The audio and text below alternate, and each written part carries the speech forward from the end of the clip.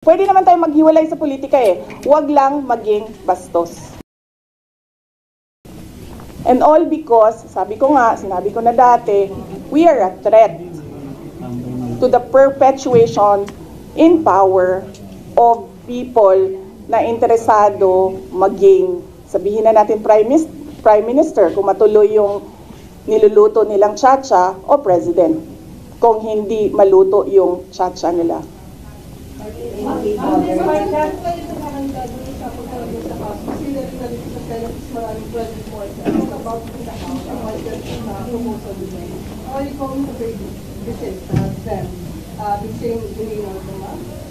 Depende ma'am sa tanong nila.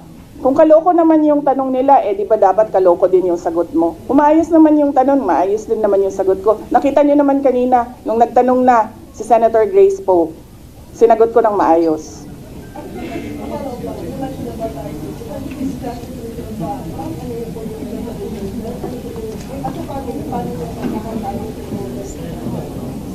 Sa amin po kasi, we put lines.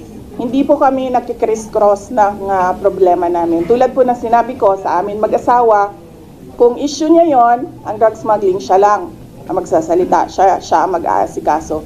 Yung issue ko sa confidential funds na tinitira, sa COA na hinahabol, sa impeachment na pinag-uusapan, sa akin din yon. Eh ganun din kami ni Pangulong Duterte. We have different set of lawyers for ICC. So iba yung nagtatrabaho para sa kanya, iba yung kinukonsulta ko para sa akin. Hindi. Hindi, I'm not at all bothered. I am bothered na gusto nila i-frustrate ang pinili ng mga tao na maging Vice President, all because of power and politics. Pero kung ako lang, ulitin ko lang ha, unang-una, hindi ko gusto tumakbong president. Di ba nga, kaya nung tinanong ako ng magkapatid na Marcos, ni BBM at ni Senator Aimee, kung tatakbo ako, diretso ko sinabi, January of 2021, sabi ko sa inyong lahat, hindi ako tatakbong Pangulo. Totoo yun. Tapos, hindi ako tatakbong Vice President. Kasi hindi naman napag-usapan yon before the deadline of filing of candidacy. Hindi napag-usapan ang pagiging Vice Presidente. Kaya tumakbo akong mayor. Kasi ano bang pangarap ko sa buhay? Maka 3 consecutive terms na mayor ng Davao City. Yun yung pangarap ko.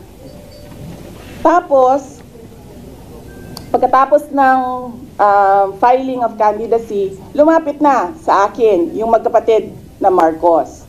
Sabi nila, hindi kami mananalo kung hindi mo tutulungan kami sa Mindanao at sa Visayas. Sabi ko sa kanila, okay, sige, dahil maraming big ticket projects si Pangulong Duterte sa Davao City, sa Mindanao at sa ibang lugar pa ng ating bansa na gusto nating mapatuloy. Kaya nga, di ba, tumakbo kami on the platform of unity and continuity na hindi natin nakikita ngayon na saan na yung mga big ticket projects. Wala na lahat. Created.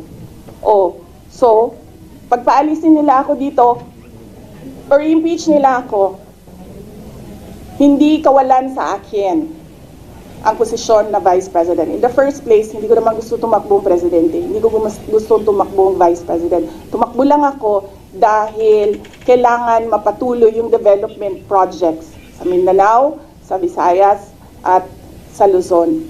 At naisip ko at that time, if I am Vice President, patututukan yung mga proyekto na yon na okay, wala na rin lahat ngayon dahil unappropriated na sila lahat. Of course not. I do not regret running for Vice President kasi imagine ninyo kung ako mayor ngayon at hinahabol-habol nila ako dahil alam nilang pwedeng tumakbo ito sa 2028. Diba? O, diba? So, bakit ko nire-regret yan? hahabulin nila ako. Alam nyo, kahit matanggal nila ako as Vice President, hahabulin nila ako until the day na maupo sila sa 2028. Ano? Ngayon na.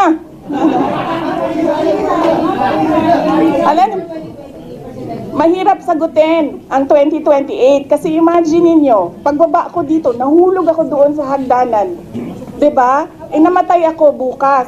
Sayang yung paghahanda ko.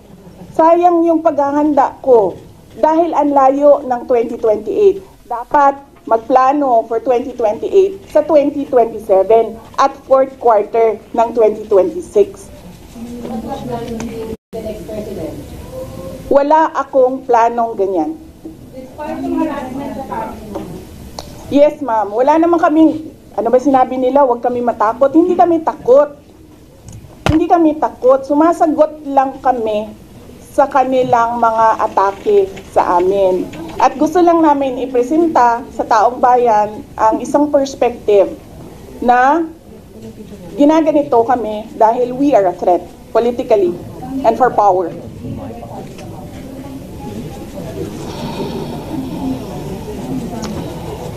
Do I regret helping? Do you want to answer that question? Or alam mo ba ang sagot? Senator Amy? Senator Amy Marcos? Magkaibigan naman kami.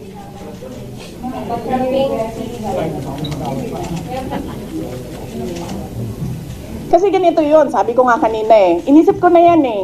Sinabi ko kanina eh. Kung hindi naman ako tumakbong Vice President, Mayor ako, hahabulin pa rin ako eh.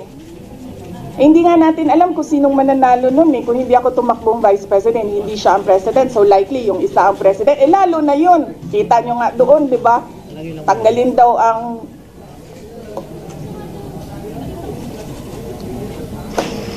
Ano? How would I protect myself? I hire lawyers, ma'am. Yan na lang naman kasi talaga ang magawa ko. Pero kung makikita nyo, hindi na talaga sila sumusunod sa batas, sa harassment nila.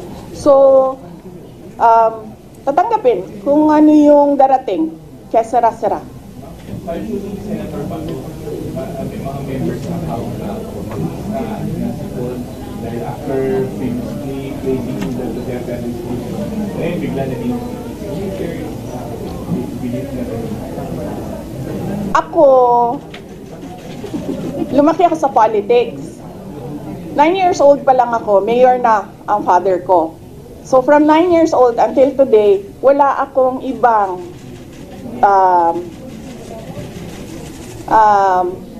ano ba tawag dyan? Wala akong ibang universe, kundi pag-aaral, nung ako'y nag-aaral pa, and politika, nung natapos na ako nag-aral. Wala akong problema maghiwalay tayo sa politika. Diba? Kasi hindi naman talaga natin ma-define kung saan tayo bukas sa politics. Kasi eleksyon ng ang ating mga public officials dito eh. May eleksyon eh. Hindi natin alam kung saan tayo papupunta bukas. Wala akong problema. Maghiwalay tayo lahat. Diyan kayo lahat. Dito ako mag-isa.